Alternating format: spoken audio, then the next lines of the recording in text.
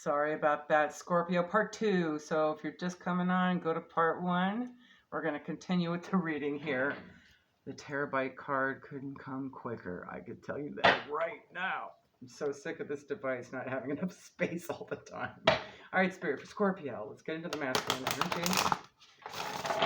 All right. I lost my place as to how many times I've been shuffling, so we're just going to start over. It's like the best way to do it, right? Oh my goodness. I'm telling you, a 50-minute video should not be like nearly 7 gigabytes. That seems really off to me. I know I upped the settings so it'd be higher quality, but it shouldn't be that bad. Come on. All right, let's see. 3, please. And I will read everything in these books too, in case there's some identifiers or ideas that spark some sort of intuitive guidance for you, okay? Make sure it's not all bendy. All right. Ooh. Oh, that's right. He's the only card that on the shadow side is actually his light side. All right. All right. Ooh, nice. You do have a lot of fear, unknown kind of stuff energy here. I'm seeing overall, but no, you got Anubis with you. All right. Good boy. Good boy. Sit. Anubis, sit. Kidding. Love you. All right. You know, because he's a dog? Okay.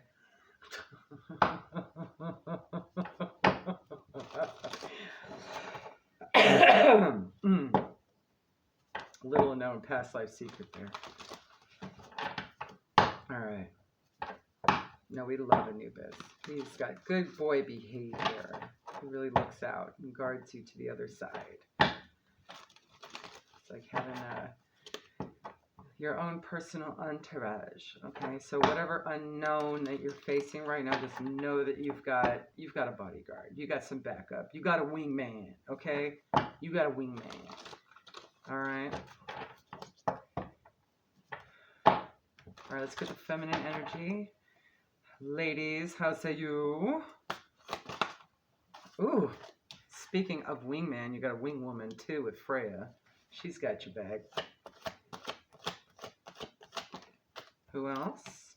Hathor and Joy.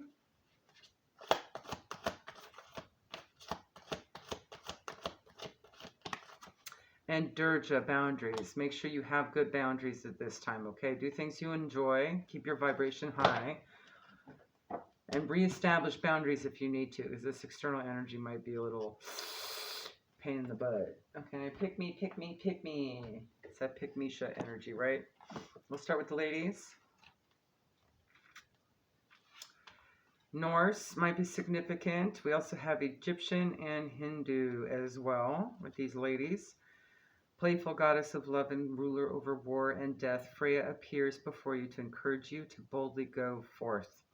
Now is not the time to play small. Step into your power, embrace your desires, and take swift action to manifest them fully into your life. Freya's got your back.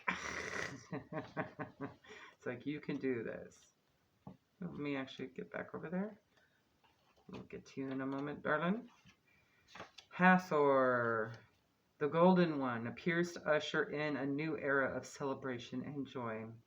You'll find happiness if you decide to pursue the avenue that you're currently contemplating. So whatever you've been thinking about throughout this entire read, go, do, okay?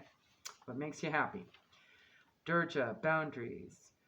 Great goddess of war and protection, Durja is leaping into your life right now to help you establish boundaries. War is on here twice, okay? So you might be battling quite a few things, okay? Boundaries are one of the greatest ways you can take care of yourself. Remember to draw clear ones to protect and preserve your inner spirit, okay?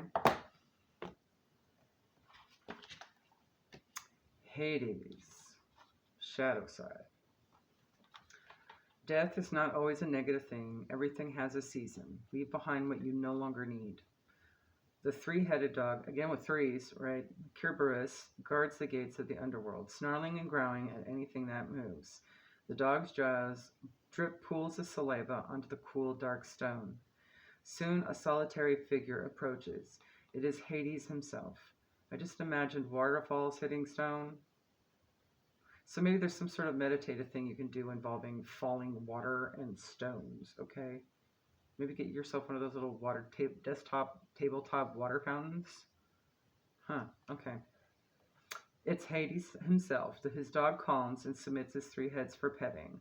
The master has arrived. Hades is the Greek god of death. His name comes from the Hellenic word for invisible.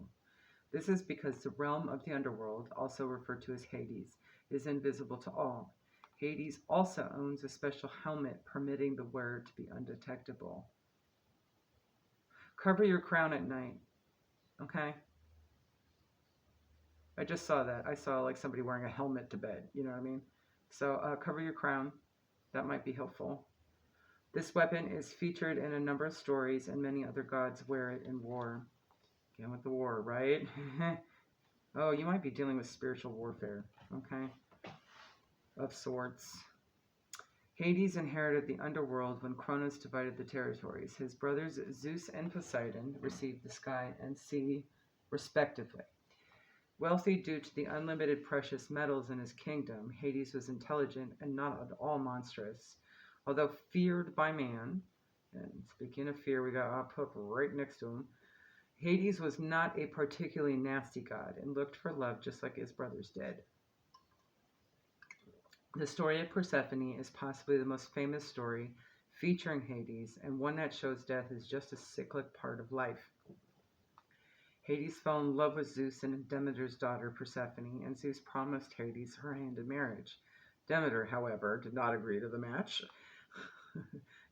So you could be dealing with like an overprotective mother kind of energy too, okay? or someone that just doesn't approve. Uncouth, okay? Energy, all right.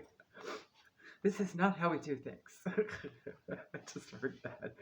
Imagine a very strict mother, strict matron of the house.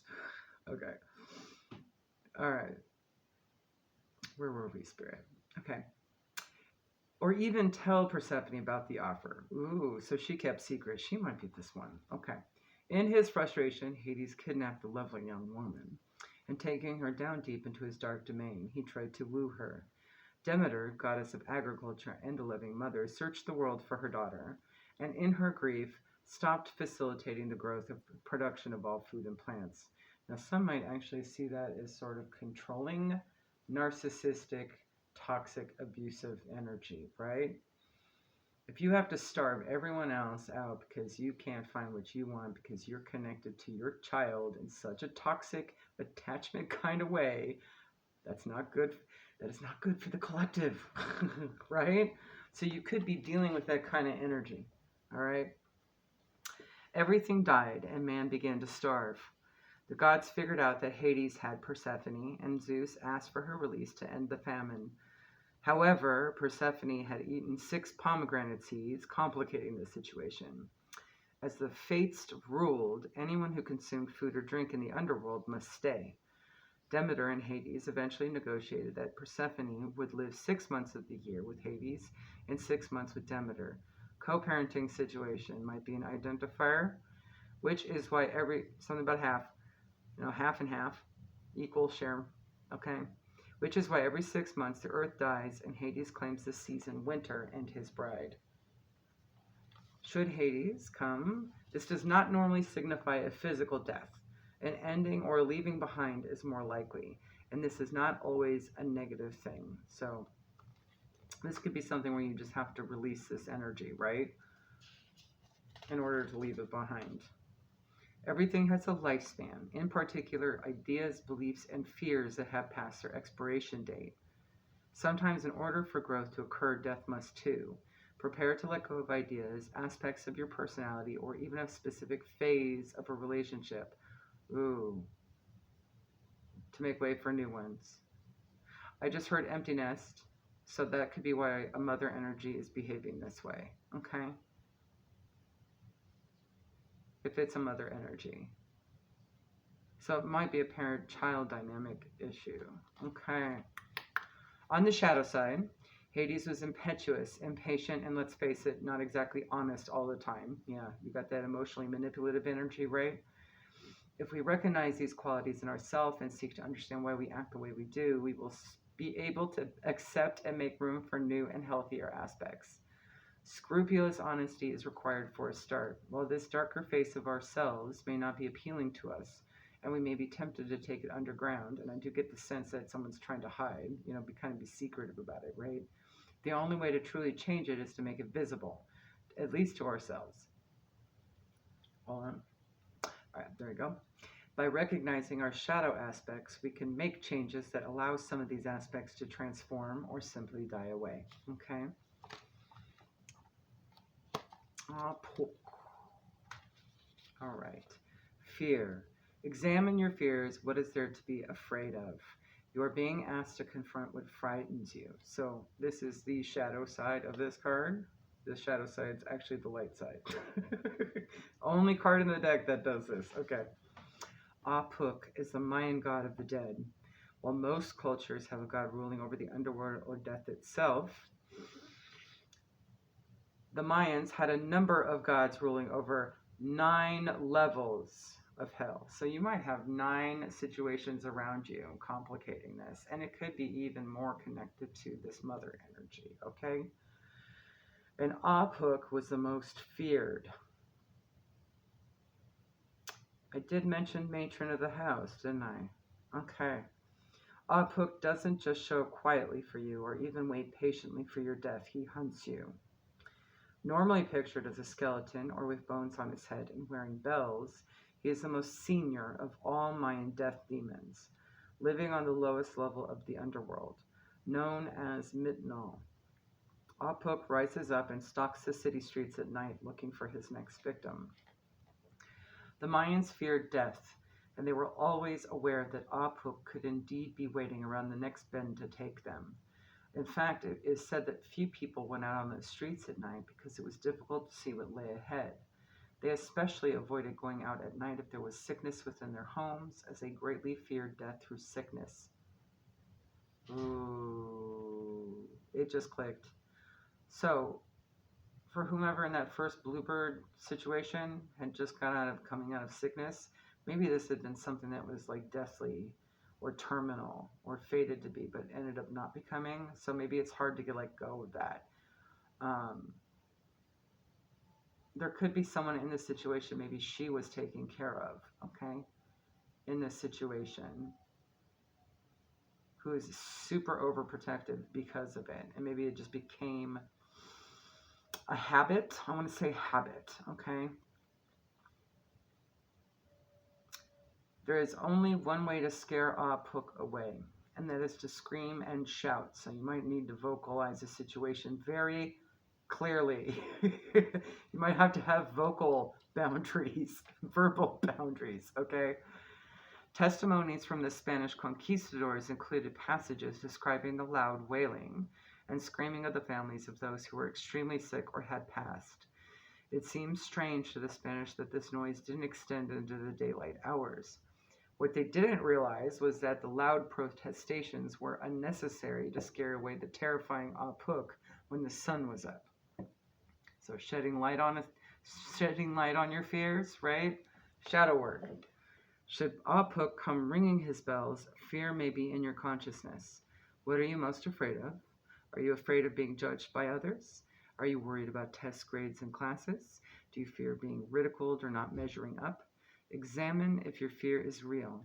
If it is something that can truly hurt you, something that you have control over and can change, or something that you can simply re-examine and let go if need be. What can you do to break the hold that fear has on you?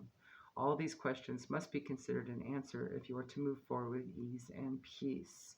So you may be in a position to kind of help these energies by shedding light on the shadow for them, okay?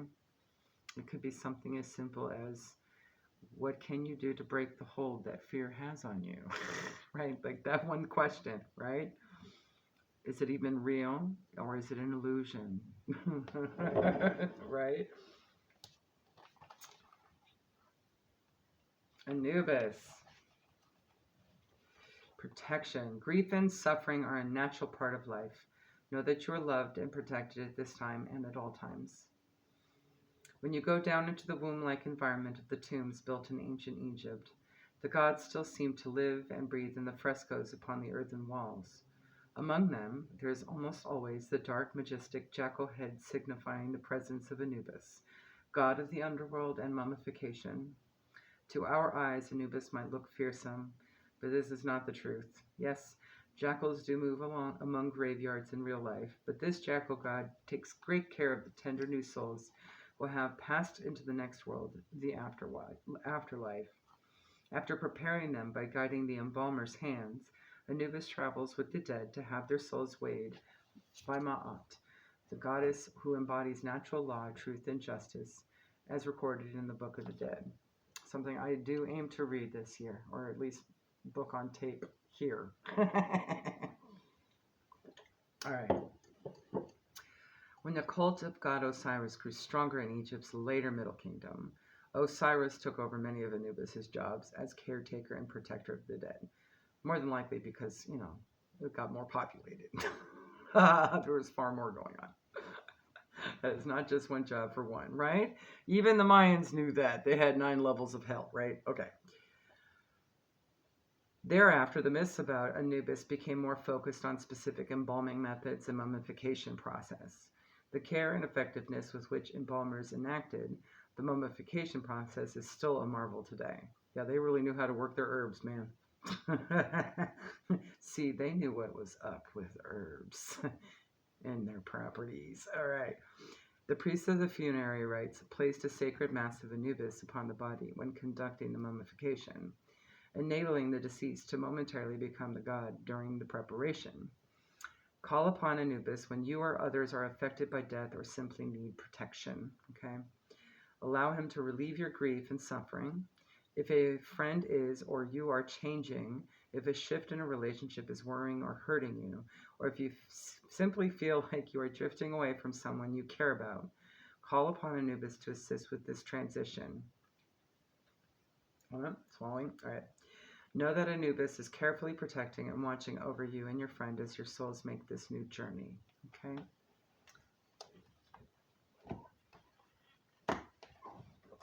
All right, I'll put that back.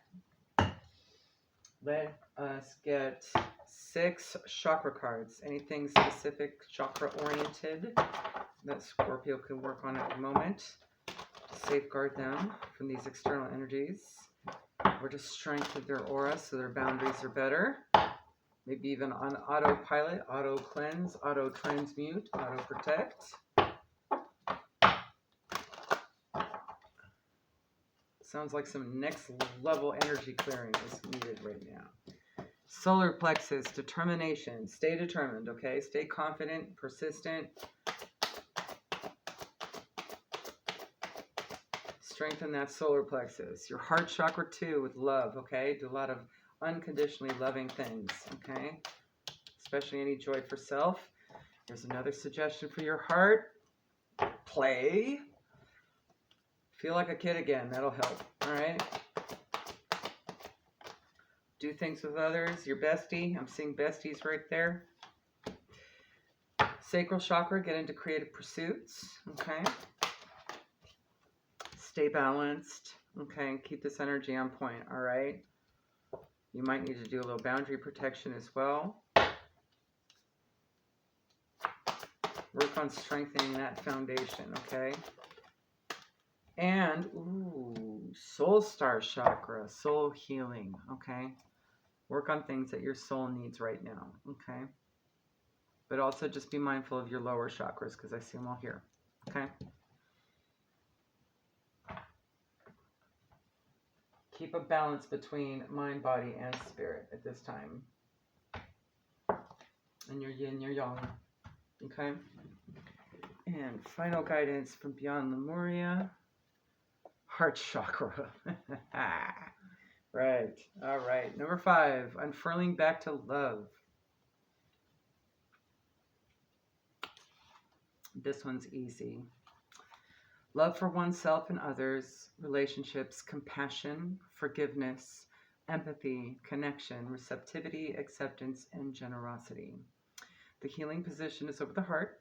Its color is green. So if you want to use green, you can envision green, okay? The themes are relationships and relating, connecting to yourself and others in the language of unconditional love. The language of your soul. This chakra card represents love in its many forms. It reminds you that everything in life can unfold into love or fear. When unfurled back enough, the foundation of all you seek lies in the universal desire and right to feel love and be loved. Love heals. The universe is love. God is love. Source is love. This is the force that will change the world. To restore, count everything in your life that you are grateful for. Think of all those you love and how that wonderful feeling radiates from your heart. Consider those you can forgive and extend that feeling out to them. Remember, we all just want to be loved and accepted, but insecurities and triggers can cause behavior that moves us away from this place. And that includes all of these externals, right? It's hard to remember that. Have compassion. Know that others may be in their suffering. Expand your awareness and heart-centered radiance for all beings on the planet. Encapsulate Earth in loving compassion. Bask in the blissful feeling of the planet in all its perfect balance, loving you back. Okay. There you go, Scorpio. Hopefully that helps. For all your other placements, as a recap, which ones came up? Moon so far? Okay. No. All right. Moon, right? So that's the only one. There you go. Have a good one. Bye. See you next month.